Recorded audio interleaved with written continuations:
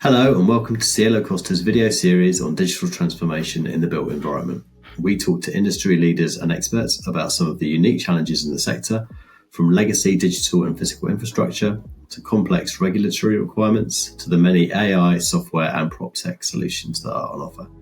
If you work in the built environment and are looking for some pointers and the perspective of your peers, this might be for you. Hope you enjoy. Thank you.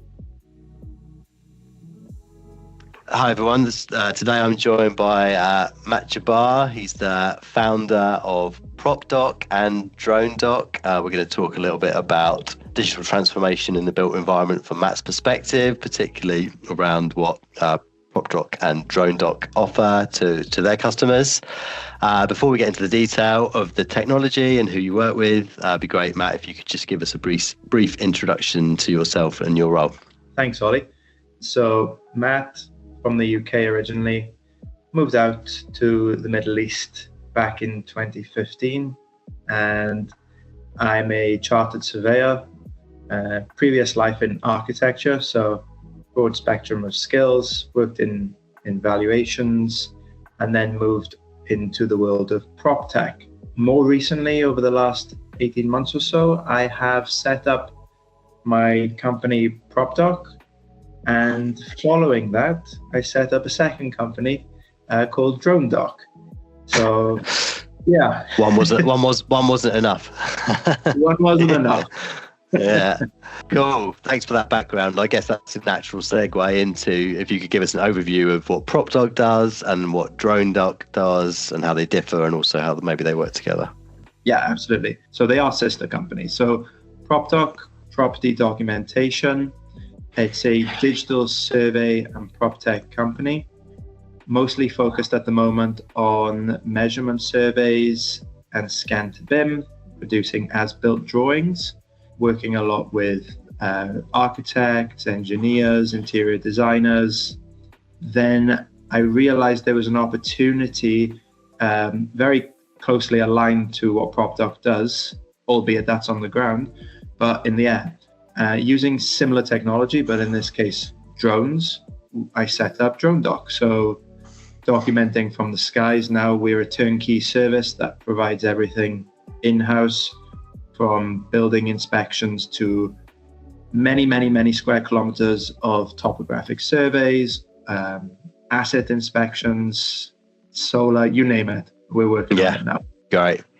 And then in terms of the audiences that you work with, if you give us a sort of flavor of the types of companies, is it big construction companies, is it surveyors? I mean, who are the sort of companies who can really benefit from PropDoc and DroneDoc? So PropDoc primarily at the moment is your architect, engineering, construction, AEC type companies. Developers are also a big one there.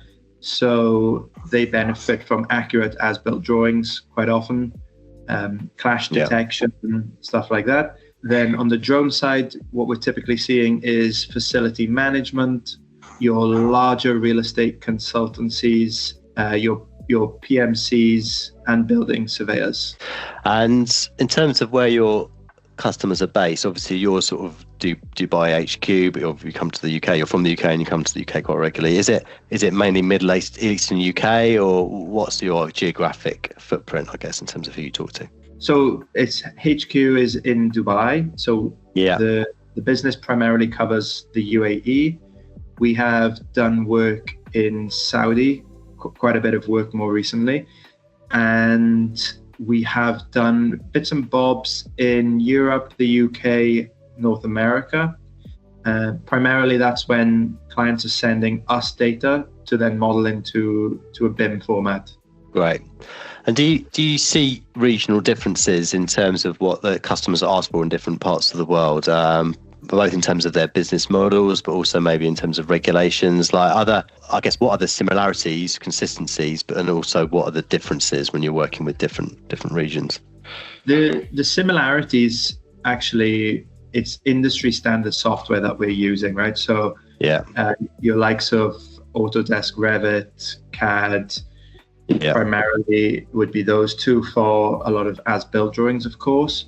So those would be similarities. And then on the drone side, we use a lot of industry grade software as well. Same with the actual drones that are used. So they are top of the line, and they'll be the same drones that you use in the UK as they are here. Yeah. The differences primarily is around regulation, albeit say the aviation authorities, different rules that apply there. And of course your MOD, Ministry of Defense in different countries have different rules. You mentioned some of the technology there. It'd be good to talk a bit more about some of the technology that you use. When we've talked previously, we talked about sort of LiDAR, Revit, drones themselves, digital twinning, quite a lot. It would be good if you could just talk a little bit about those areas. How do you use those technologies, and what are the benefits of those technologies for your customers? So if we start with LiDAR, it's the way I think about LiDAR is it's laser technology. So the good metaphor that we typically use is we're photocopying a building. So instead of photocopying in 2D, it's 3-dimensional. So, a building might have a lot of nooks and crannies, awkward spaces under a staircase. 3 dimensions is very different to 2D. So a traditional measurement survey, for instance, would be done with a laser disto, a tape measure, pen and paper. Yeah. I used to do it all the time. Yeah. It's a pain, and you don't always get it right. So the difference is now when you scan, you are firing out hundreds of thousands of lasers or points per second. Yeah. And that data is being fed back into the scanner in real time. And you pick up this very dense point cloud model. Yeah. That means that you scan once and you've got all the data that you need. You don't need to go back to the site. Any human error from sketching down or mismeasurements has been removed. So there's a lot of benefits to LiDAR. And of course, depending on which LiDAR hardware provider you actually use, there's different density of point cloud, there's different accuracy. You can use terrestrial laser scanning or TLS, which is more tripod based for higher accuracy. Yeah. Or you could use SLAM, which is more handheld and has its own benefits of moving faster around the site. A question on LiDAR. So obviously there's all those data points. We're being pulled very quickly into one centralized system in PropDoc, I'm guessing. Does that then, in terms of then where that data goes next, would it go into, we're like a Microsoft partner. So for example, you've got Azure or SharePoint as sort of data centralization, but where is the sort of data flow going as a natural next step once it's been gathered in the way you described? Yeah, that's a good point. So it's stored locally. We download that data onto our PCs typically, albeit these are big files. So we have some heavy hitting gaming PCs. Yeah, it makes sense. And you obviously have to back it up for data security because we're compliant with data management, ISOs and whatnot. Yes, that's important to mention. So the files get stored with us and then backed up as well. Then they get processed. So you have your raw point cloud that gets processed into what we'd call processed point cloud, E57, RCP, different file types, which to a lot of people is completely new and unknown. Yeah. So we take the guesswork out of it because we have the experts who handle heavy point cloud with the software that can do it really well. Yeah. And then from that, I'm going to really simplify things now. You're essentially tracing over the point cloud model. Yeah. But obviously to a very high accuracy level. And there's experts who can model. Yeah. Okay. In the Revit, in the CAD softwares that are industry standard. Yeah. And then obviously at that point you can model it to the desired level of detail from the client. So could be LOD 200 up to 500, for instance. Okay, got you. So Revit is the software where the client would actually be using that process data then from PropDoc. Yeah. Okay. Typically, that's how it goes. Yeah. Okay.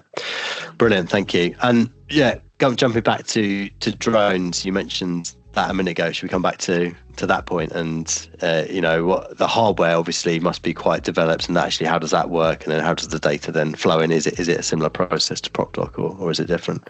So drones depends on a bunch of different outputs or inputs, I should actually say.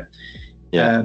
All the outputs determine the inputs in this instance. So drones have different sensors and payloads depending on what the job is. So the drone is pretty much the vehicle. It's more about the sensor, camera, payload that's attached. So cameras, there's DSLR cameras, which are really, really great. You've got LiDAR, which we've just touched upon. Thermal, another one. So depending on the output, you'd use the correct sensor. So depending on that, then that would feed in to the system once you've captured the data. From there, it depends on which software you use to process. Yeah, okay, that makes sense.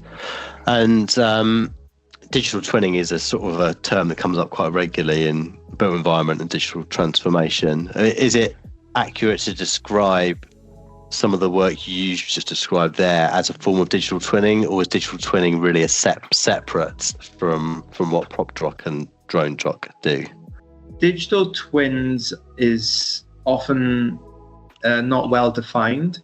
I'm sure there will be others who will counter what I'm about to say, but I'll say it anyway. What we produce, the as-built drawings, is the foundation of a digital twin. When it becomes a twin, so to speak, is when there are sensors in the actual physical space that feed into a digital model. You can track energy, lighting, AC, whatever the case may be, in real time. That makes sense. And then we talked about BIM. I mean, how does what you do feed into the BIM framework in terms of helping with overall building information modeling? Is it a component that helps companies create a better BIM outcome, if you like? For sure. I mean, BIM is the concept of modeling buildings and having information held within. So it depends on the level of detail that you are modeling to. If it's an LOD 100, 200, it's a very basic model. Yeah. When you start getting up to the higher LODs, you then are inputting information into the model, whether it be fixtures, finishes, whatever the case may be. You can select a component within a Revit model, for instance, and then it will pull up the information on that individual specific component. Okay. So it all plugs into the greater good of BIM, where I think of it like Google Docs or Microsoft, where you can share documents across different teams. It's the same concept, but for a building. In terms of integration with customers' tech stacks, and obviously you talked about the need to sort of download a lot of information and then get it into Revit. Is it that customers will typically have their own, I'm not sure if instance is the right word, but their own Revit essentially, which you then just feed your data into, and it's a fairly seamless integration? Or is the complexities about actually how you get your data into a customer's tenancy? Yeah, that's a good question, actually. So depending on the client's end need, why are they coming to us? It will determine what needs to be done. So if you're talking to an architect or an engineer or interior designer, for instance, typically it's going to be a CAD file, a Revit file, or similar types of things. There are a few other softwares that are also industry standard, I should say. If there is a specific need for a game engine output where you're creating a nice rendered digital city, then you're going to need to do certain things through the workflow to ensure that it's a smooth and efficient small file or reduced file size without losing the quality of the data itself. So one instance on the game engines is polygons. So you have to reduce the number of polygons to ensure that there's no lag when the end user is viewing a digital city, for instance. I see. Yeah. You mentioned regulations, and particularly around things like the MOD and air traffic control. Are there regulations around data management or data processing that I guess either you have to be mindful of, or alternatively maybe you're actually helping companies with, because you're already helping data capture? So does your solution help companies with their data compliance requirements, I guess would be the question. So depending on the country and the jurisdiction you're in, it will determine a lot, but also it will be dependent on the client. So certain larger enterprises, municipalities or government entities will require the data to be stored in country. So if you are sharing, let's say it's stored in a data center, for instance, you have to ensure that center storage of that data is in country. Okay. Yeah. So there's this whole back end to it that you have to be compliant with. Yeah. When you're talking about smaller jobs for as-built drawings of an office, that would be overkill, because the data, what's the risk? That it's very little risk in the data being used elsewhere. Yeah. Whereas if you're digitizing, I don't know, government assets, that's a very different... More risk. Yeah, exactly. Cool. We've talked before about how you're an RICS partner, so are we as well. How have you worked with RICS previously, particularly since becoming a tech partner? I think that was about a year ago, wasn't it, or sometime last year? Sometime last year. Yeah. I should say I participated in a guest panel with some UK PropTech companies as well. The Future of Building Surveying, the title was called. So you can find that on the RICS Tech website. That was the first instance, and we are now in talks to finalize CPD for more regional events, more regional specific topics, particularly around drone capturing, why it's beneficial for the industry. A lot of building surveyors, PMCs could really benefit from it, but might not have had exposure to it in this country or this region before. So it's more to provide awareness of, hey guys, we can do this now. Let's get going, because it helps them a lot. Yeah, that makes sense. It's great to get in front of the RICS members and just show them how. I think RICS, Andrew Knight, who we both know, is looking at how we can drive innovation in AI and tech and data. So I think it makes a lot of sense to work with them and their members on areas like that. Could you, looking back over the last year, I don't know if you can give us a case study or a story of a customer that you've helped, if you could almost talk us through a bit of an end-to-end, what was their challenge? How did you come in with either PropDoc or DroneDoc, and what was the outcome, if it's something you could share along those lines? Maybe I'll give one of each. So on the drone side, we did a building survey inspection, actually, of a portfolio of, I think it was around 20 or so residential mid-rise apartment buildings, facade and roof inspections. So how would you do that in traditional methods? Typically, it would be a cherry picker. Yeah. So the building surveyor, typically a chartered building surveyor, would have gone out on a cherry picker, would have spent considerable time doing that. And of course, at an expense of renting the cherry pickers and the time for a building surveyor to do it. Quite often you're limited by the distance you can get with these vehicles. So you might not be able to get to the top of the roof or around the back, for instance. Drones completely replace that traditional method because they're faster, much more efficient, and you capture a lot more data. I think it goes without saying as well, it's safer. So that's a good example of drones being beneficial to the surveying world, the RICS, all that. Yeah. On the PropDoc side, so scan to BIM as-built drawings, we have one client that comes to mind is a landlord of around 100 or so properties across the UAE, mixture of asset types, and they wanted a tool to digitize, or service provider to digitize their entire portfolio. So we produced the as-built, of course, photos, virtual tours, and held it all online. So it's like a digital logbook for them where they can log in securely, access their individual properties, and then even share some of that data from their login. Yeah, I see. That's interesting. Do you do anything in this space of digital twinning, or is that a separate company in terms of like live data? Because I guess you're capturing a point in time, aren't you, rather than ongoing live information? Is that correct?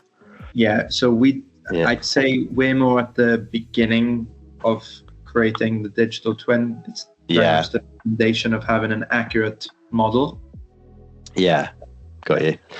And then looking forwards, obviously you're still relatively new as two companies.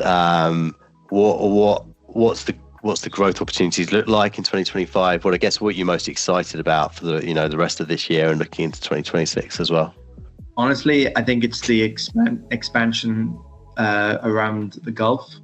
Yeah. There's so many opportunities just because drones of course have been around. Digital surveying is not a new concept anymore, but no one's doing it all in-house. So we're having a lot of interesting conversations, digitizing communities for valuation purposes, digitizing the CBD of a city to model for digital twin or game engine purposes. Yeah. Like at scale, when you're talking, you can go from macro down to micro with what we do all in-house, which is quite exciting. Yeah, it's a big change, isn't it? And very exciting opportunity. Cool. I think that's probably all of our time. So thank you very much, Matt, for taking the time to talk to me. Really good conversation. And we'll leave it there for today. Thanks very much. Awesome. Thanks, Ollie. Cool. Appreciate your time. Thanks.